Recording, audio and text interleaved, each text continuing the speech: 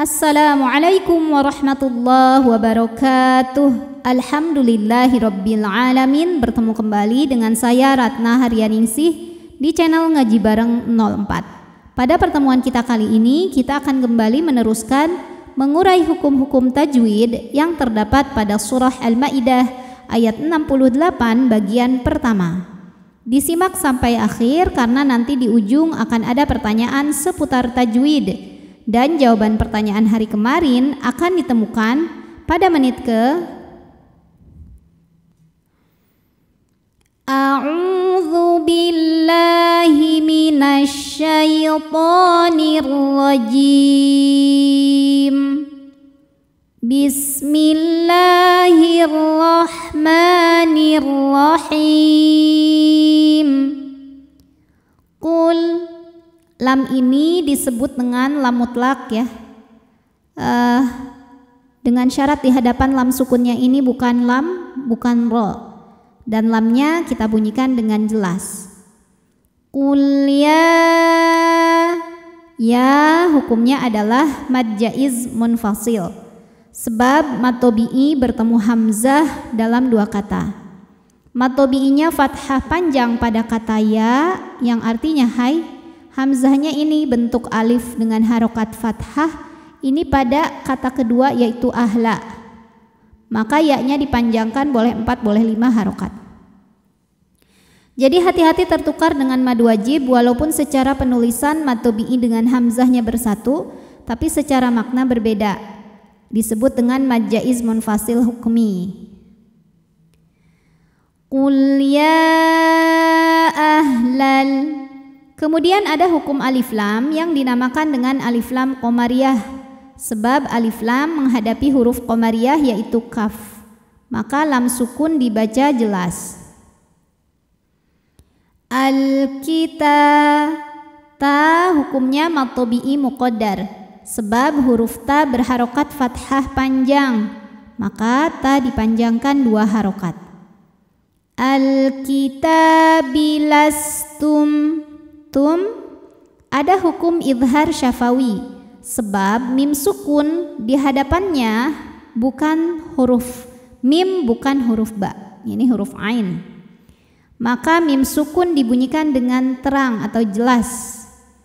Lastum ala, la hukumnya adalah mad tobi'i muqaddar, sebab huruf lam berharokat fathah berdiri. Maka lam dipanjangkan 2 harokat saja. Ala syai ada huruf lin, sebab ada ya sukun didahului harokat fathah, maka ini bacanya lembut. Syai'in. Kemudian berikutnya ada hukum idhar halqi, sebab ada tanwin kasrah menghadapi huruf halqi yaitu ha, huruf tenggorokan. Maka tanwin dibunyikan tetap n, jelas, terang. Ala syai'in hatta. Ta hukumnya adalah mad tobi'i muqaddar, sebab huruf ta berharokat fathah berdiri. Maka ta panjang 2 harokat. Qi hukumnya adalah mad tobi'i zahiri ya. Yang tadi mad tobi'i muqaddar ya, yang ini mad tobi'i zahiri. Sebab ada ya sukun didahului harokat kasroh, maka huruf qaf kita panjangkan 2 harokat saja. Tuqimu, jika berhenti di mu hukumnya mad tobi'i zahiri, sebab ada waw sukun didahului dhammah. Jadi ini tuh waw sukun ya, waw mad. Maka mim panjang 2 harokat kalau berhenti. Tuqimu.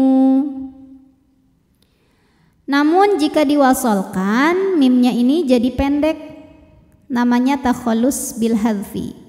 Apa sebabnya? Sebab pertemuan 2 sukun. Huruf sukun pertama adalah waw sukun, sukun kedua adalah tak sukun ya. Karena pada tak tasydid ini ada tak sukun dan tak fathah. Sukun bertemu sukun tidak bisa dibaca sehingga sukun pertama dilepaskan. Jadi pendek kalau wasol. Tuqimut masuk langsung ke ta. Kemudian ada hukum alif lam yang dinamakan dengan alif lam syamsiyah, sebab alif lam menghadapi huruf syamsiyah yaitu huruf ta. Maka alif lam ini tidak perlu dibaca atau disebut dengan idgham syamsi.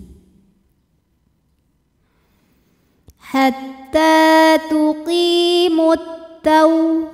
Taw ada harfulin, sebab ada waw sukun didahului harokat fathah, maka ini bacanya dilembutkan atau dilunakan.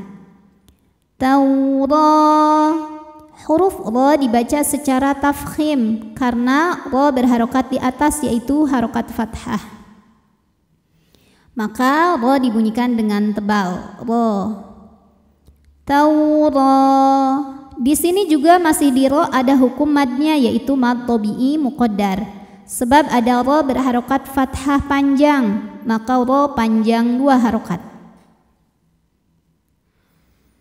At-taurata wal ada hukum alif lam qamariyah, sebab alif lam menghadapi huruf qamariyah yaitu hamzah, maka lam dibaca jelas atau disebut dengan idhar qamari. Wal in ada hukum ikhfa awsat, sebab nun sukun menghadapi huruf jim, maka nun samar-samar menuju jim disertai dengung. Wal injil. Jil apabila berhenti hukumnya mad arid li sukun, sebab mad tabi'i bertemu dengan huruf yang disukunkan karena waqaf. Mad tabi'inya ya sukun didahului kasrah, huruf yang disukunkannya lam. Jadi kalau berhenti jimnya boleh dipanjangkan 2, 4 atau 6 harokat asal konsisten dalam sekali bacaan. Wal injil. Wal injila. Nah tadi kalau berhenti kan panjang mad arid. Kalau diteruskan ji ini hukumnya hanya mad tabi'i saja, karena ya sukun didahului kasrah dan lamnya tetap hidup, jadi nggak ada huruf yang dimatikan. Jadi jimnya kalau wasol 2 aja. Wal injila wa ma hukumnya mad jaiz munfasil, sebab ada mad tabi'i bertemu hamzah dalam 2 kata. Mad tabi'inya alif didahului fathah pada kata ma, hamzahnya u pada kata unzila. Maka mim ini kita panjangkan, boleh 4, boleh 5 harokat. Wa ma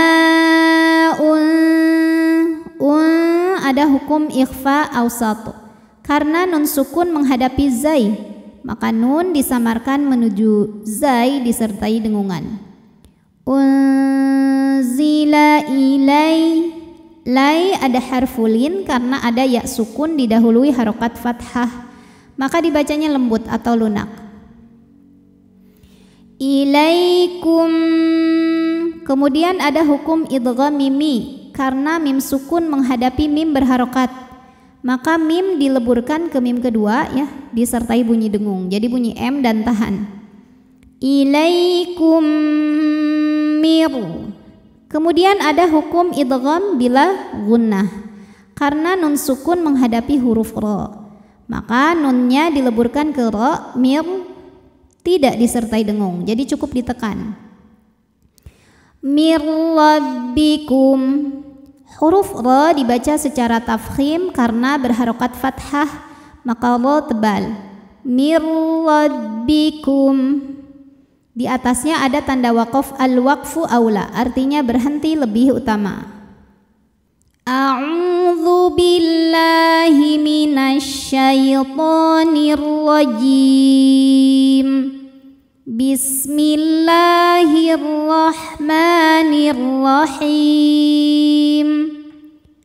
Qul ya ahlal kitabi lastum ala syai'in hatta tuqimut tawrata wal injil. Hatta tuqimut Taurata wal injila wa ma unzila ilaikum mir rabbikum.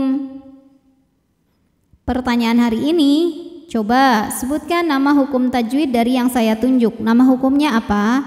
Sebabnya apa dan bagaimana cara membacanya? Shadaqallahul azim. Wassalamualaikum warahmatullahi wabarakatuh.